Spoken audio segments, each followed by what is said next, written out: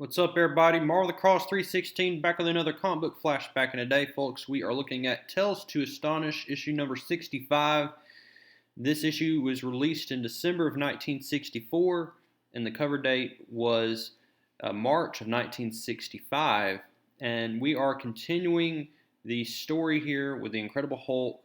We're going down the line with all of these Tales to Astonish issues as we look at the history of the Incredible Hulk and comic book history. And so let's go ahead and continue where we left off. Last issue, we left the Hulk battling an indestructible horde of humanoids sent by the leader as a heavily armed Marine task force prepares to attack him. And if that's not enough trouble for old Greenskin, the strain of battle is causing his body chemistry to begin the incredible change back to his other identity of Bruce Banner, the scientist. And so, will the Hulk be able to overcome these insurmountable odds? Well, don't click away, folks, because we are going to see the continuation of this storyline here as the Incredible Hulk is now being confronted by the U.S. Army here, led by General Talbot here. And so let's go ahead and get started. Before we get started, though, we got to give credit where credit is due. This issue is brought to you by Stan Lee, who wrote this issue. We have Steve Ditko doing the drawing and the artwork here. We have Dick Ayers on the inking and Sam Rosen on the lettering page. So let's go ahead and continue here. We left off with Hulk fighting these humanoids sent by the leader who made an appearance last issue. And so the army shows up and they're like, who the heck are these people and why is the Hulk fighting these guys? Who are they?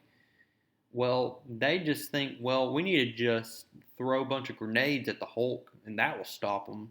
Yeah, right. I mean, it doesn't even really affect the Hulk at all. Meanwhile, we see that the leader here is watching at a distance. He's the one that's controlling these humanoids, and he's basically saying to himself, troops attacking the Hulk. My humanoids must capture him quickly before they cheat me of my prize. And if you don't remember why the leader is attacking the Hulk, the main reason is he wants to capture the Hulk so that the Hulk will become an ally of the leader. And the leader was also very similar to the Hulk in a way, and that is because the leader was affected by gamma radiation as well, but it didn't give him super strength like the Hulk. Instead, it gave him an uncanny IQ. He is a super genius. Well, we see that these grenades are being shot at the Hulk, and it causes this ledge to collapse into the sea, and that is going to give the Hulk a way of escape here. And the army is going to be searching for the Hulk, but they don't find his body. And the humanoids are commanded by the leader to return back to base. Well, we see that now Major Talbot, has given the command to his troops to find Bruce Banner.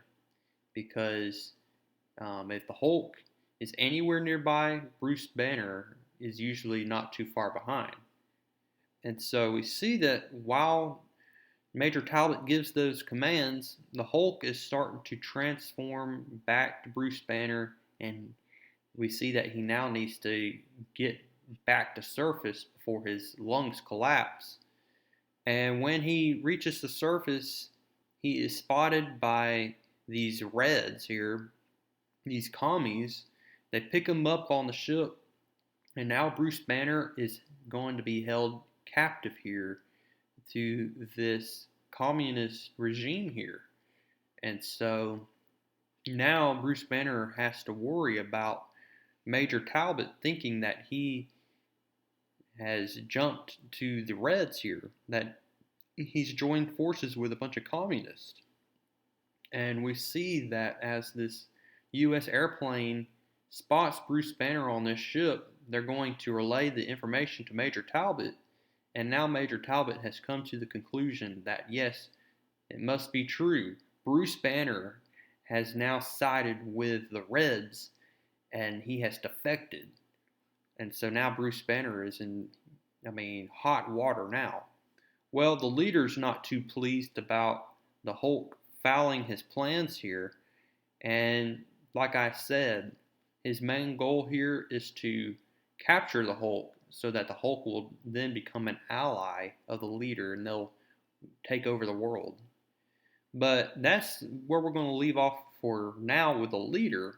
Let's catch up on what Bruce Banner is doing as he now reaches this foreign land here and he meets this dictator. He asks Bruce Banner, "Are you hungry?" And of course, Bruce Banner is hungry. But before Bruce Banner can even eat anything, he is going to be coaxed here to join forces with them.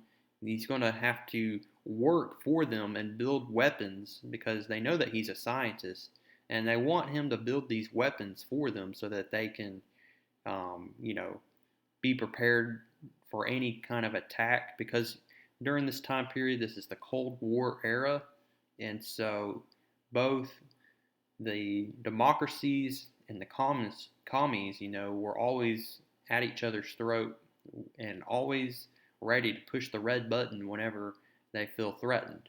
That's the kind of time period this comic book was written in.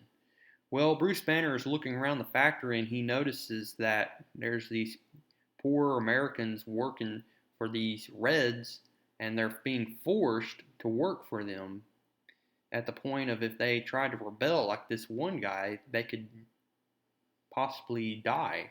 Well, this guy notices Bruce Banner and he causes a revolt here. He's trying to basically rebel.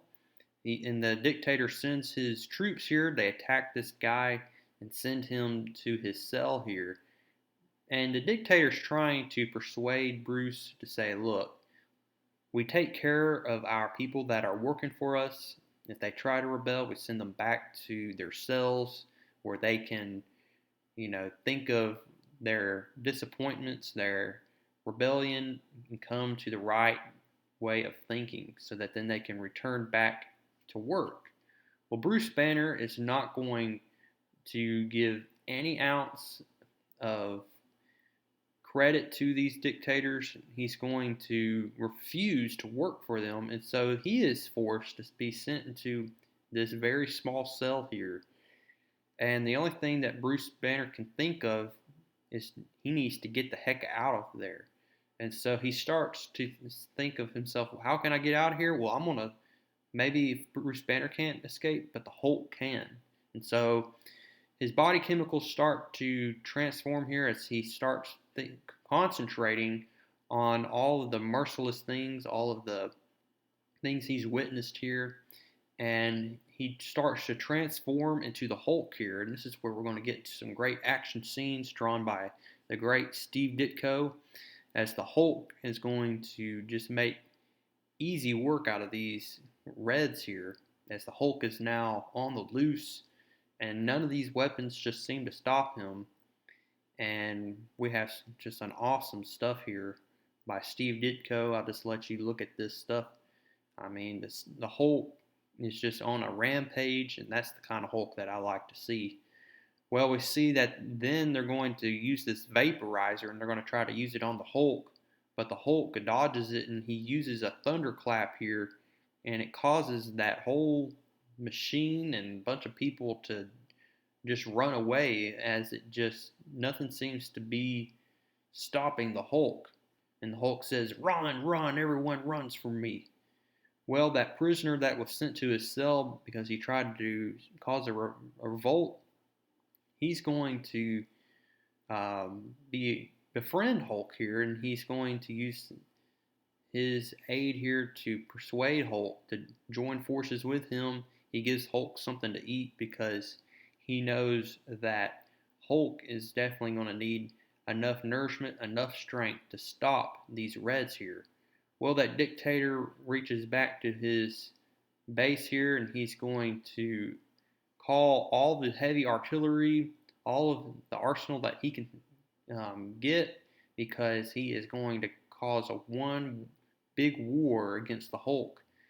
And if his little proton gun which is very powerful, doesn't stop the Hulk, then all of this artillery will do its job for him. And that's where we leave off here at issue number 65.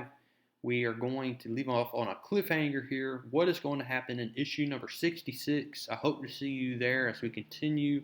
Will the Hulk be able to overcome the odds as we see all these heavy tanks are approaching him? We will see what happens next in issue number 66. But until then, go ahead now and drop a like on this video. Comment down below what you think about this issue.